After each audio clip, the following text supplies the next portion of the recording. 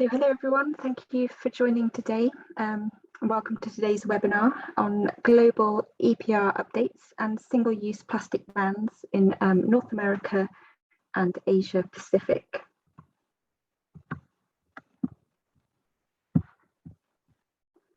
My name is Lisa Dean and I am the Head of Global Compliance at Sphera Compliance Limited, and I'm joined by my colleague today, James Pearson, who is the EC4P Product Director. In today's webinar, we'll start by giving you a brief introduction to our company.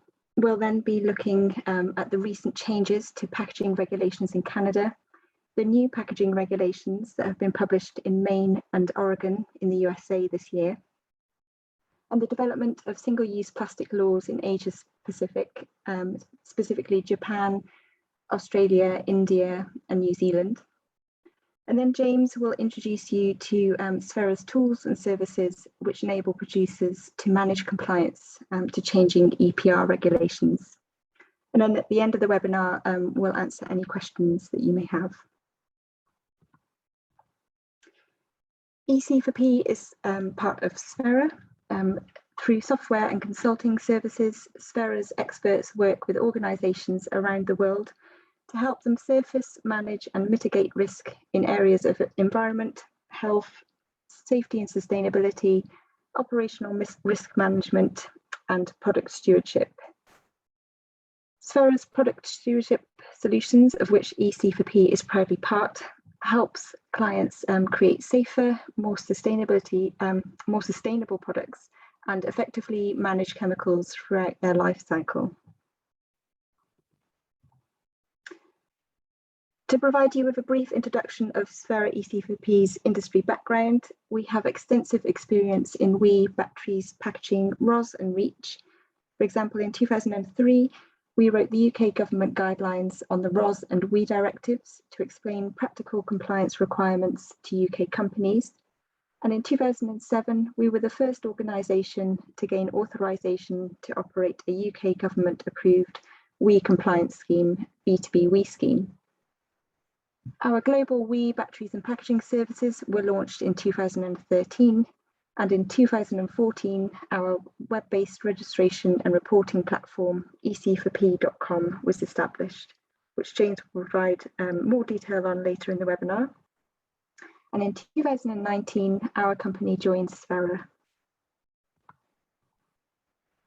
So to start, let's take a look at recent changes to the packaging regulations in Canada. Here's a map that shows an overview of packaging regulations that are currently in force in Canada. We'll be looking at the draft packaging regulations in Alberta and New Brunswick, the packaging consultation that occurred in Saskatchewan, and changes to the existing packaging regulations in Ontario. Just to note, the packaging regulations in Canada currently only cover household packaging. So Ontario previously operated a shared responsibility framework for EPR, with municipalities and producers each bearing half of the cost of the Blue Box programs, and municipalities maintaining full responsibility in operating these recycling systems. However, under the new Blue Box regulation, both financial and operational responsibility has been shifted to producers. So the new regulation introduces individual producer responsibility, or IPR, which makes each individual producer directly and individually responsible for resource recovery of the packaging and paper products they place onto the market in Ontario. All producers who are required to establish and operate a collection system must also implement a promotional and educational programme to inform consumers what can and cannot be included in blue boxes, how to request the replacement of a blue box, and also collection dates. Notably, under the new regulations, the definition of a producer means that companies which may previously not have been required to register and participate under the old regulations due to lack of residential ties within Ontario may now actually need to register and participate in the new programmes if they are considered to be brand holders and have residential ties anywhere in Canada. Producers were required to register with the Resource Productivity and Recovery Authority, or the RPRA, by October this year, the 1st of October. As part of this registration, 2020 supply data was required, along with the payment of a registry fee. These fees are both variable and flat, which, depending on the quantity of materials supplied by the producer. The new regulation includes an expanded list of materials, including packaging-like products and certain single-use products, which aligns Ontario's list of materials with those in British Columbia. British Columbia recently announced plans to include single-use and packaging-like products in its list of obligated materials under its EPR system by 2023. The current recycling programme for blue box materials in Ontario will transition to the new regulatory framework starting on the 1st of July 2023. And during this transition period, Stewardship Ontario will continue to run the programme on behalf of stewards. Under the new regulation, an allocation table will assign each producer certain residences, facilities or public spaces from which to collect blue box materials. Producers can, however, be relieved of compliance with these collection requirements if they've established an alternative collection system that satisfies prescribed criteria.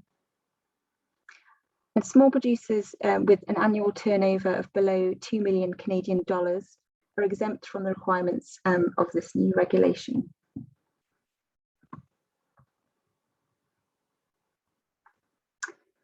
New Brunswick has published draft amendments to the Designated Materials Regulation, which would establish packaging and paper products EPR programme.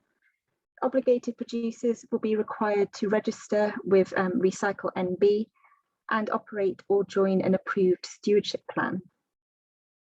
Producers must submit a stewardship plan when registering with Recycle NB, and this plan should include operational and logistical plans, information on any consultations with local government, expected quantity or weight of packaging and paper by material type that's expected to be distributed within the province, management plans for the recovery of waste, and information about design measures used to reduce packaging waste and improve recyclability. Recycling targets will also be proposed by the industry through their stewardship plans.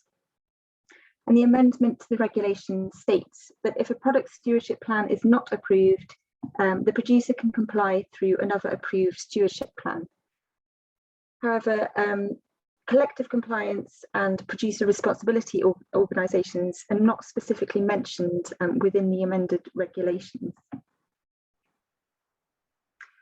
There will also be a reporting requirement, so producers will be required to submit put on the market data and collection and recycling data by the 30th of April each year.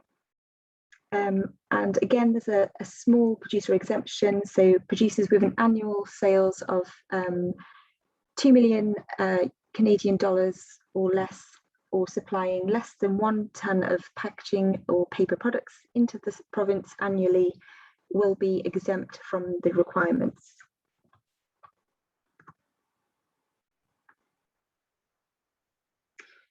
In Alberta, the current household packaging management programme is operated by municipalities and funded by taxpayers. Packaging producers do not currently have any obligations under the regime. However, Alberta is engaging on 3 policy changes to enable extended producer responsibility and designate materials for end-of-life management. A consultation, which closed at the end of April this year, reviewed packaging regulations in British Columbia and Ontario, and proposes the following for Alberta. Producers that supply designated products in Alberta are to be 100% responsible for funding and operating EPR programs. Producers would have the option to choose whether their obligations are met either individually or through a collective organisation or a producer responsibility organisation. Recycling programme service and performance targets are to be included within the regulation. Producers would be required to submit performance data annually for each calendar year. And small business exemptions would include charitable organisations and small businesses with a gross revenue in the most recent calendar year of less than 1 million Canadian dollars in Alberta. Producers will be required to keep records for a period of 5 years, which demonstrate that its annual revenue from products and services is less than this 1 million Canadian dollars. Another point raised in the consultation is that Alberta intends to harmonise its definitions for packaging and paper products with those in British Columbia. Draft framework legislation and implementing regulations are currently being developed.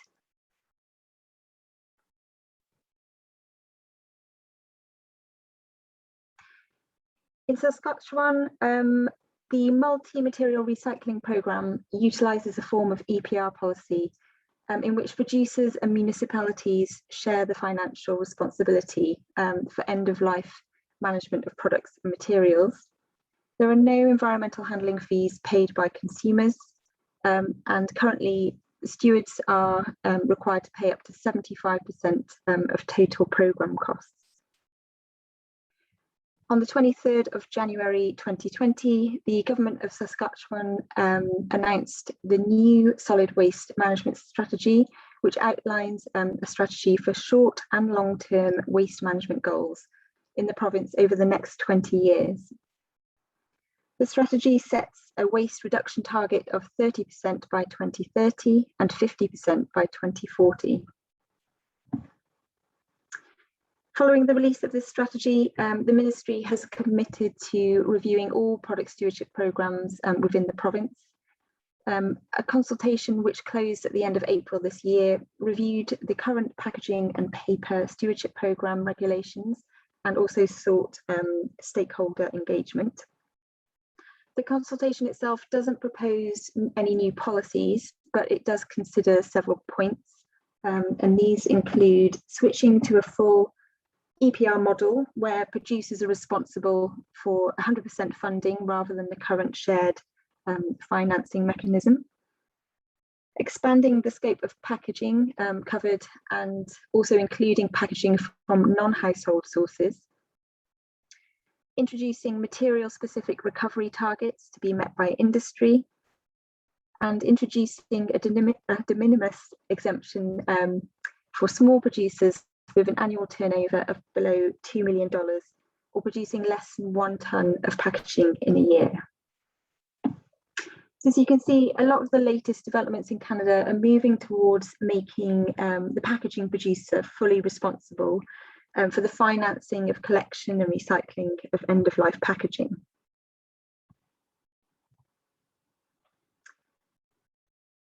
Moving on to packaging regulations in the USA, 2021 has seen the first 2 packaging regulations being signed into law in the USA, firstly in Maine and then in Oregon.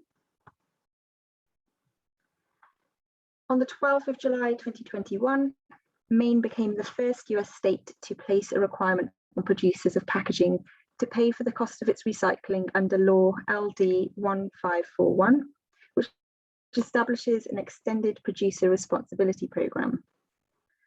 The scope of the law covers all types of packaging made from any material.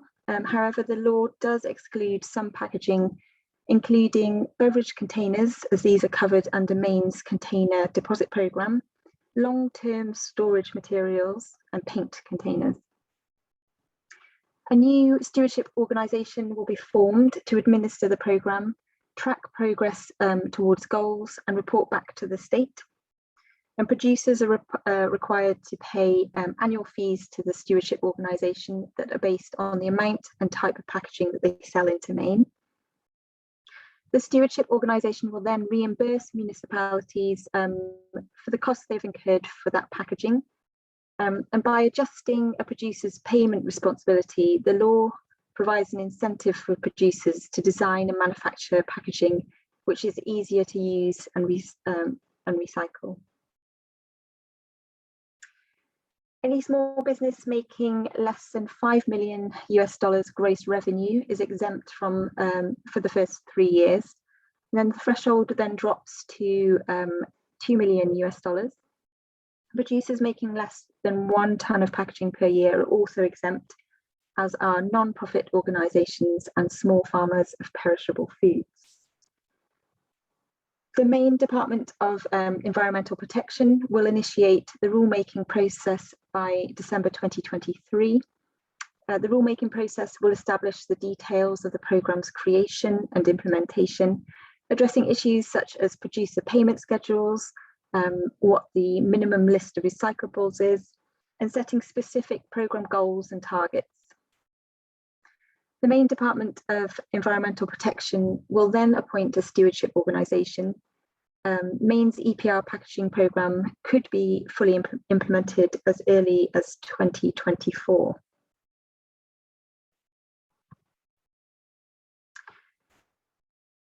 On the 6th of August 2021, Oregon's Plastic Pollution and Recycling Modernisation Act was signed into law. Unlike Maine's law, which covers all recycling costs, producers under Oregon's law will cover some costs of recycling, while the costs of collection will continue to be paid for by residential and commercial ratepayers. Oregon will establish a producer responsibility programme for packaging, printing and writing paper and food serviceware. And producers will join a producer responsibility organisation, or a PRO, which will administer producer responsibility programmes on behalf of their members. Producer responsibility organisations are to prepare waste management plans by the 31st of March 2024. And these plans must show how producers will finance current municipality recycling services, reach increasing recycling rates, which are set to be 25% by 2028, 50% by 2040, and 70% by 2050. They'll also need to specify how they will charge modulated fees for different materials based on recyclability and post-consumer content criteria. And so we're seeing a common theme here with the new packaging regulations in the USA. They tend to be focused on modulated fees with the aim of encouraging producers to use more readily recyclable materials in their packaging products. Every 2 years, large producers, and these are those among the 25 largest producers of a product based on market share, these producers must perform a life cycle assessment of at least 1% of covered products that it places on the market and inform the Department of Environmental Quality of the end results.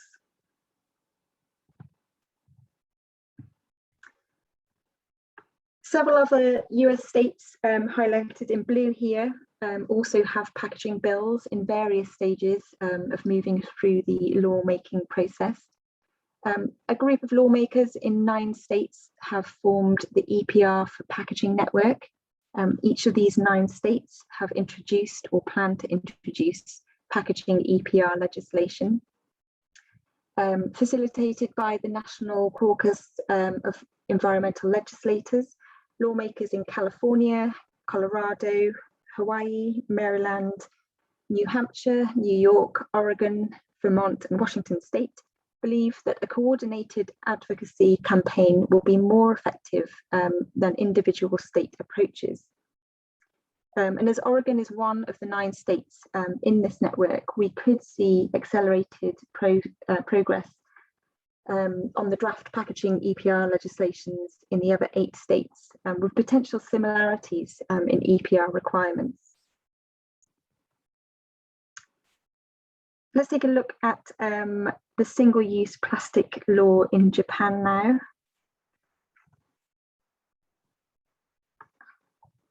In Japan, a new plastic waste reduction law is expected to come into effect from April next year.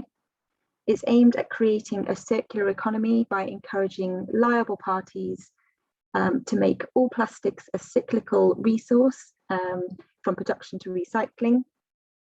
The law covers 12 designated plastic products, including utensils and straws, combs and toothbrushes provided by hotels, and hangers and plastic covers provided by dry cleaners. Shops and businesses will be banned from providing these designated plastic products for free. And the government will certify easily recyclable products. Convenience stores and other retail businesses will be required to charge for any single-use plastic items such as spoons and straws, and to replace them with alternatives. And businesses that take no action or ignore government orders could be fined up to 500,000 yen. And although the law does not contain any specific bans or EPR type regulations, it does call on manufacturers and retailers to implement their own voluntary collection programs. So we're seeing an increasing number of regulations to address single-use plastics. And here we'll take a look at a few new single-use plastic regulations within Asia Pacific. In Australia, several states have released plastic action plans this year. The Federal National Plastics Plan was released in March 2021, and it provides a timeline for single-use plastic phase-outs.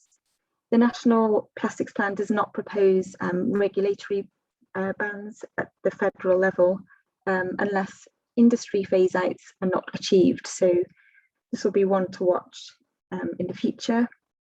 Note that state bans mainly at this point are focusing on oxo-degradable plastic products and consumer food and beverage related packaging.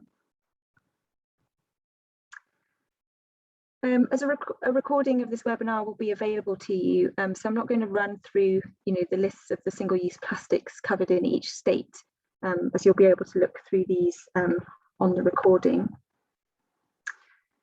Several states, including the Australian Capital Territory, Queensland, South Australia, Tasmania, as well as the cities of Darwin and Hobart, have already banned certain single-use plastics, as you'll see in the lists within these slides.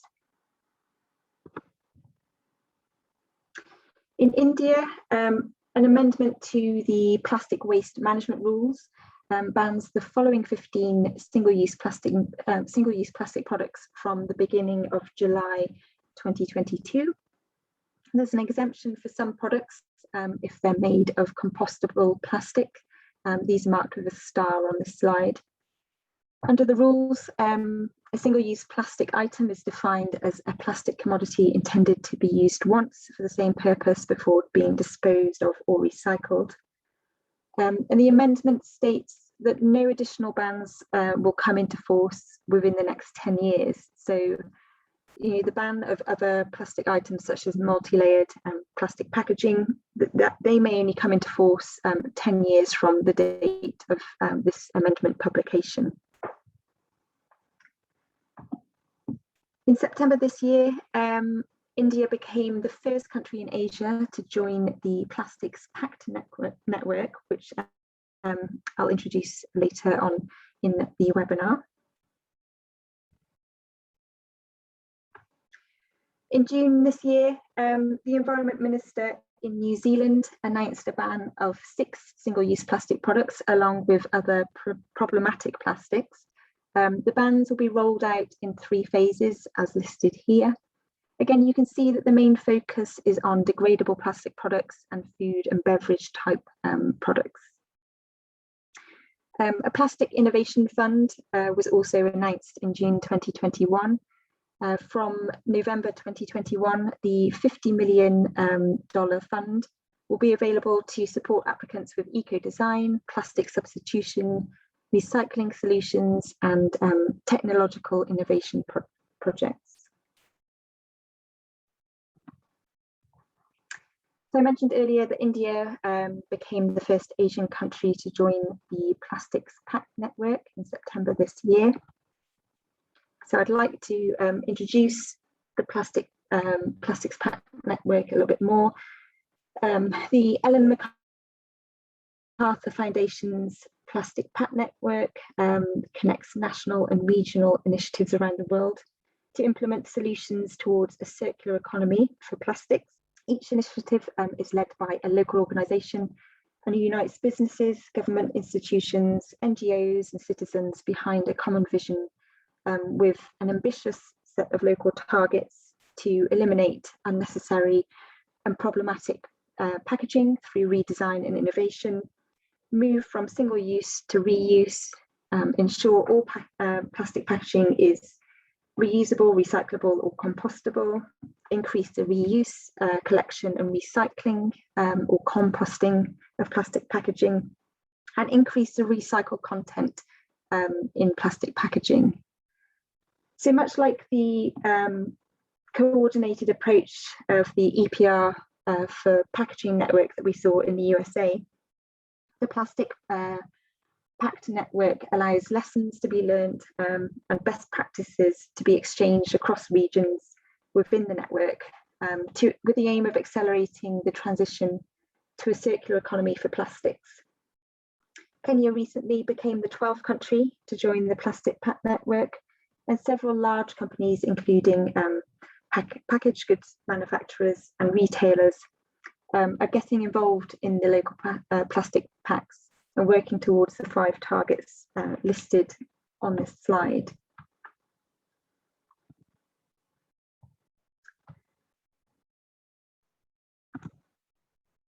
So we're seeing the number of packaging and single-use plastic regulations across the world. You know, the number of them are increasing steadily. This slide just provides a few examples of other proposed changes within the global packaging and single-use plastics legislation, which we haven't covered today. But I'll hand over now to James, who will explain how our services can help you maintain compliance as new and amended regulations come into force. Thanks, Lisa. Just bear with me 1 second whilst I get my microphone set up correctly. You should be able to hear me okay now, Lisa, is that? Yep, all good. Is that good?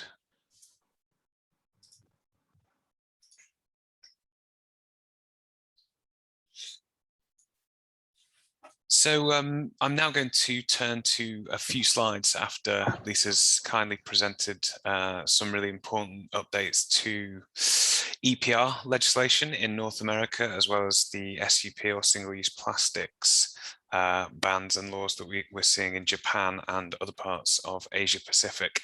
So yeah, I'm going to turn to a few slides which will highlight the challenges companies face when they're actually trying to implement compliance arrangements with EPR regulations and laws like those that Lisa has given us an update on today. So the reason for me doing this is I'd like to put these challenges in the context of some of Sphera ECP's tools and offerings, many of which are actually free and available, so they're not all paid services. I'm going to go through some free resources and tools that you can use at ecpp.com.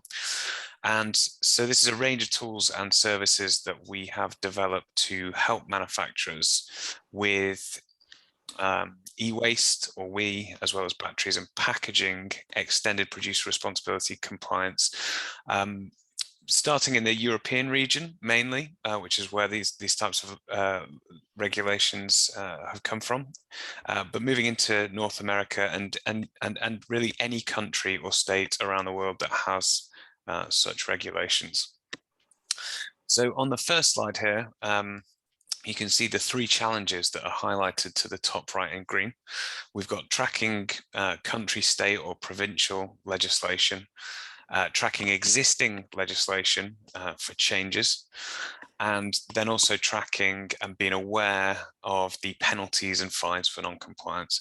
So essentially what we're dealing with here is, what is the regulatory risk exposure to your company, and what kind of penalties, so this is fines, but not only fines, but things like stop sales, what kind of penalties can be expected for non-compliance. And so this is where Sphera ECFP's free resources that I mentioned come in, and the main resource that I'm talking about is the compliance risk rating map.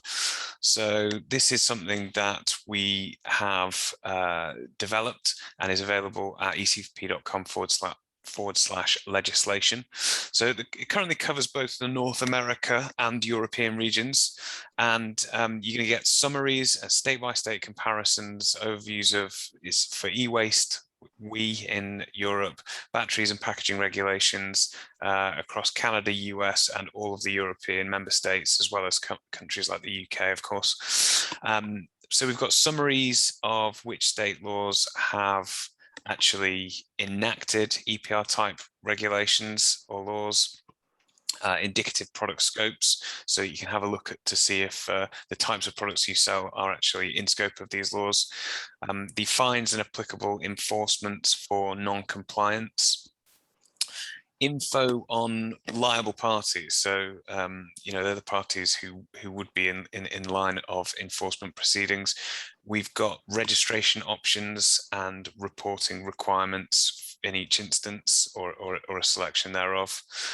And then you can also sign up with your email to the map page to be notified when we extend the map. I mean, we update this quite often, so we've updated it a number of times through 2021 to reflect the pace of change that we're seeing in North America, where these new EPR regulations and laws have started to appear and are now expanding quite quickly. So if you sign up with your email, you'll be notified when we update this map. So I'm going back to the challenges again.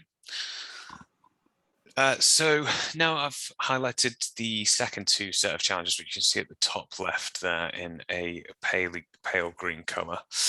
And this is, which of my, so if we've previously been looking at, general state or country legislation, and then tracking legislative changes and also understanding the penalties for non-compliance, how do those things actually apply to my company as a manufacturer of a specific type of products or a range of products, of which a subset could be caught out in the scope of these regulations? So which of my products are in scope, and are my sales arrangements in scope? I mean, increasingly, it's likely yes. If you're selling overseas into Europe, for example, from the US, you're very likely to be on the hook for those sales. But there are still a range of different sales arrangements which can be considered in scope of these regulations. So this is where the second EC4P offering comes in, and here, this is Sphera EC4P's regulatory monitoring service, and here I've got a typical timeline, a compliance timeline, which companies could or perhaps should go through when assessing their obligations and when they are identifying the types of arrangements they need to put in place. So first up, we've got manufacturers need to assess whether any legislation for e-waste, batteries, or packaging has been implemented in that particular country or state where they're selling products. So the more countries, and this is for each country or state, and so for the more countries that you're selling into, the more complex this assessment will need to be. I mean, you could start this process with something like the map that I've just shown in step one. But then if we're moving on to step two, we've got countries. So we've identified countries where the legislation is in place, and you then need to be to be actually assessing your products or your product range, as well as your sales arrangements, to check to see which are actually in scope. So the types, you have a range of questions at this point that you want to be asking about your products and your sales arrangements. Things like, do the regulations stipulate between consumer and professional use? What are the e-waste categories, and where are products likely going to fall in that set of categories? Bear in mind that there is harmonization in some way across EU member states, but also we see quite an extensive array of subcategories. And then if we're looking at packaging categories, that's a whole different territory. That's a very complicated process. And then things like what are the requirements for overseas producers, as I previously mentioned. So if we move to 3, then we're looking at if your products, if your products are in scope, what actually are the options available to you to implement compliance arrangements. In lots of countries, you've got a whole range of different options. Increasingly, it's not an attractive or viable solution, but you can comply individually. You can look to comply collectively through compliance schemes in many countries. If that's the best option, which of the available compliance schemes is the best one for your product range and your sales arrangements? So if we're moving on to step 4, leading nicely on from what I mentioned before, what are the best options for compliance in each instance? So, in some countries there really is. UK, we're running this from the UK. In the UK, there is a massive variety of options in terms of compliance schemes which you can join. Which one's the right one for your products and sales arrangements, and which one will actually be the most cost-effective option given your products and sales arrangements, but at the same time give you the most robust compliance arrangements that you want to have a robust compliance program. So if we're moving to step 5, when you've actually put an arrangement in place, whether it be an individual compliance arrangement or a collective compliance arrangement in form of a scheme membership, you'll need to calculate your recycling fees. This is your put on the market sales data. So this is being able to actually quantify the amount of obligated products that you've placed on that member state market or country or state market or province market in a particular time horizon. This is an annual thing, but you'll have to report either on a monthly basis and a quarterly basis, a biannual basis, or an annual basis, or a mixture of those available. And this is different not just between countries, but this is different between compliance schemes in the same country. So there's lots to take care of in that regard.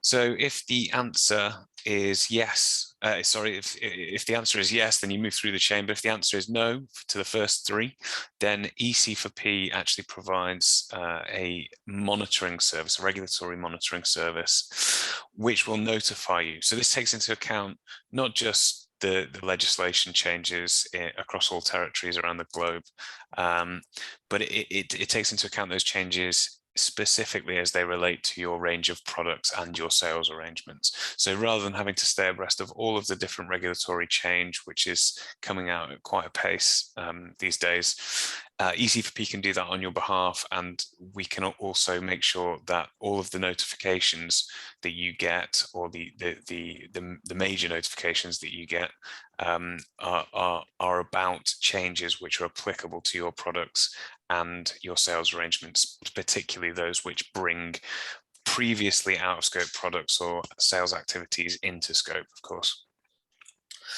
And then if the answer to the last 2 points of putting a compliance program in place is no, then EC4P actually can manage your reporting and recycling obligations through our secure web platform. And this brings me nicely on to the 3rd way that EC4P can help out companies. So just return to the challenges page again briefly. Now we've got the last set of challenges here highlighted in blue at the bottom. So if the first 2 steps were concerned with identifying where there is legislation and determining if there is an obligation under that legislation for your particular products and services and sales arrangements, sorry.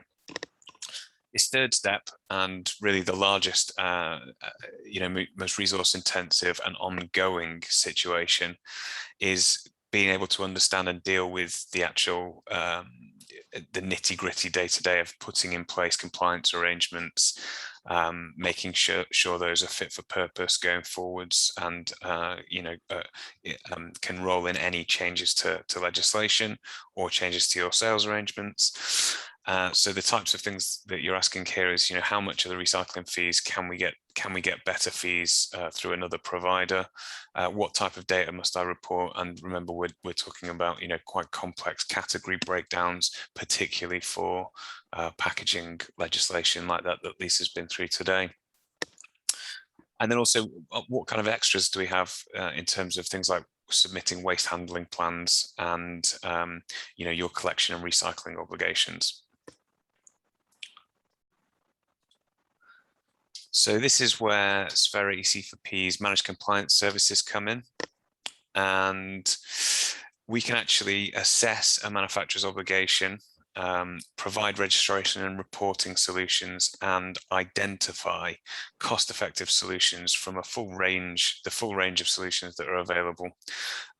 We can manage the scheme registration process on an annual recurring basis, and even pay a company's registration and recycling fees on their behalf, of course, passing through that under our one invoice, which gives the benefit of a company having all of their compliance costs from many different compliance schemes or regulatory entities that are coming through under one supplier invoice. And if you can imagine having a comprehensive compliance program which spans Europe and beyond, we could have 20 plus 30, maybe 40 or even 50 registrations in place. So that's really quite a large reduction in administration. And that's the range of benefits that our compliance team provide. And then on the right hand side here, you can see from our two-part managed compliance service, we have our expert compliance consultants and then our best-in-class cloud platform. So the cloud platform which we've developed gives you a full overview of all of the registrations and the compliance obligations which your company, which we've helped your company put in place through our managed compliance services. So you're going to get, you'll be able to manage all of your data reporting deadlines on the same dashboard, which, in a situation without EC4P is a piecemeal process, one by one to each compliance scheme as those deadlines come up on a different deadline timetable in each country and for each compliance scheme. So we're now mapping reporting formats for well over 330, I think last count is actually over 340 compliance schemes around the world.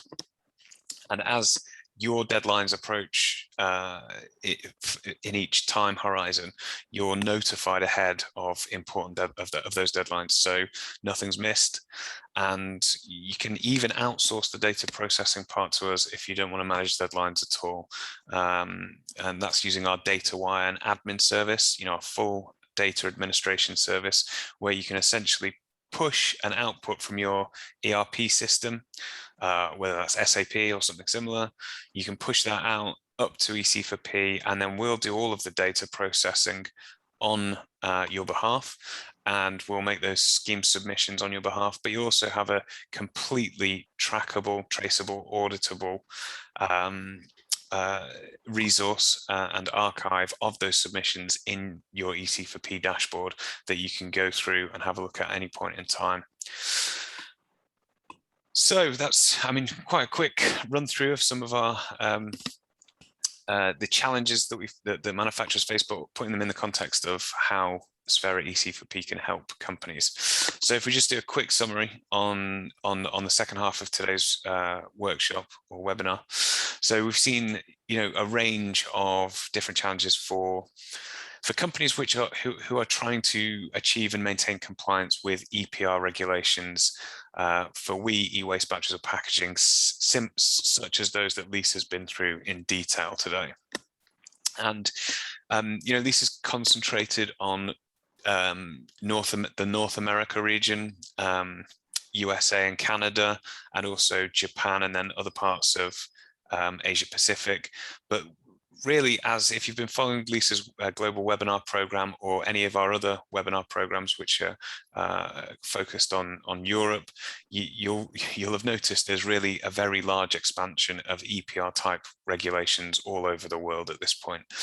And of course, you know, the associated challenges that come with them are you know, growing in complexity and number all the time. So EC4P offers three main, and I say main because we've got one extra on today's workshop, but we offer three main ways that we can help companies manage compliance to these types of regulations. The first is you know, the free way, which is available at ec4p.com/legislation. You can download country profiles now. You can also, in addition to the map, we have a range of other resources. So there's other webinars on there from across different topics, a couple that we've released recently, and we've also got a range of guides and other insights and useful resources that you might find helpful from our website. So then you've got EC4P's regulatory monitoring service, which can help you really stay abreast of changes to regulations which are specific to your products and sales arrangements. And then you've got, lastly, our managed compliance services, which can outsource your entire EPR compliance program as far as possible to EC4P, and we can make recommendations and actually implement those recommendations for you on your behalf.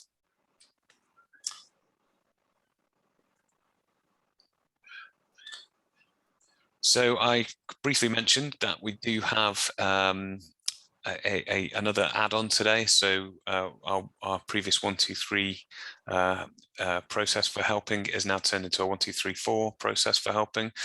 So, and this is new to 2021. In this instance, we're actually going beyond compliance to a certain degree, and to help our customers make their products and their activities more sustainable. So we've got two acronyms on this slide. We've got ESG, or environmental social governance, which I'm sure many, if not all, of the attendees on today's webinar will be familiar with. It's become, you know, it's quite a hot topic these days.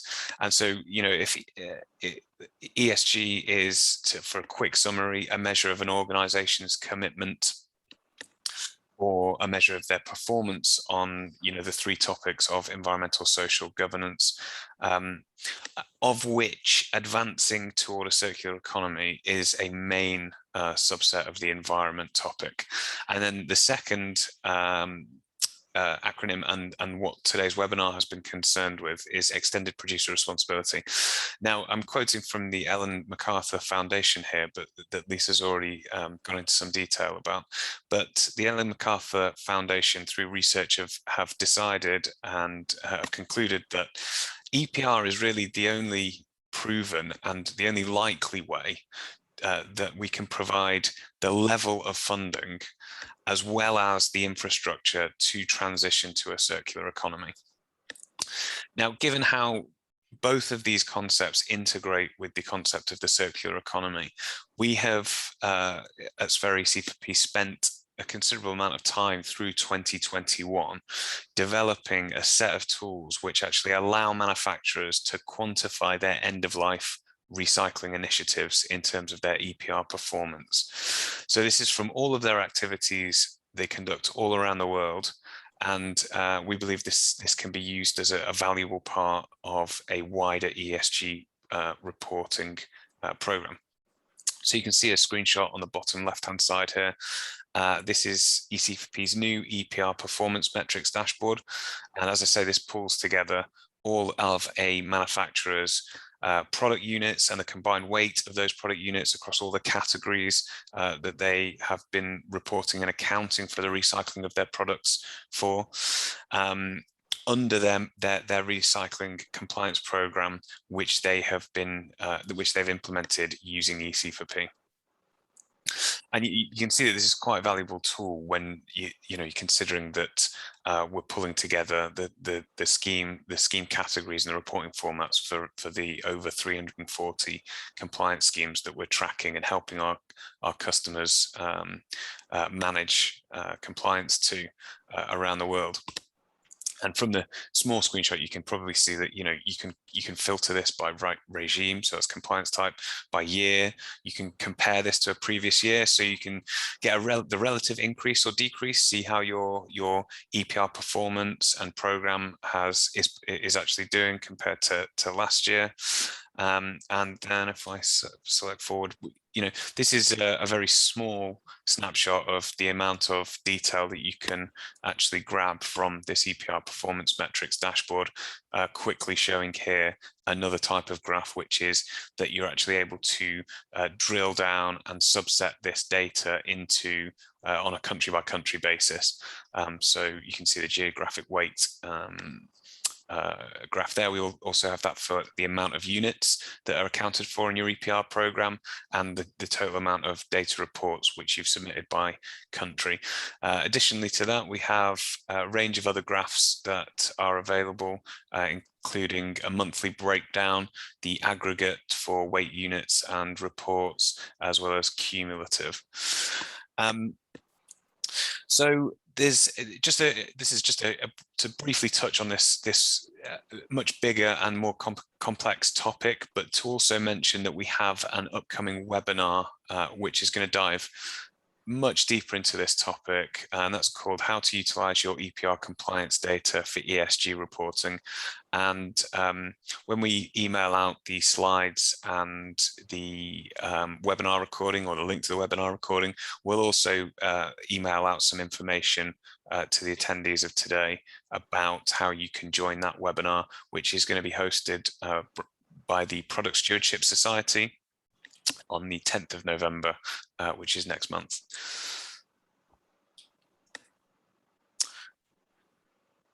Okay, so thanks very much for your attendance today. Thank you to Lisa for going through those really valuable EPR updates and SUP updates. We will now look to the Q&A panel to see if we can answer some of the questions that have been coming through during today's webinar.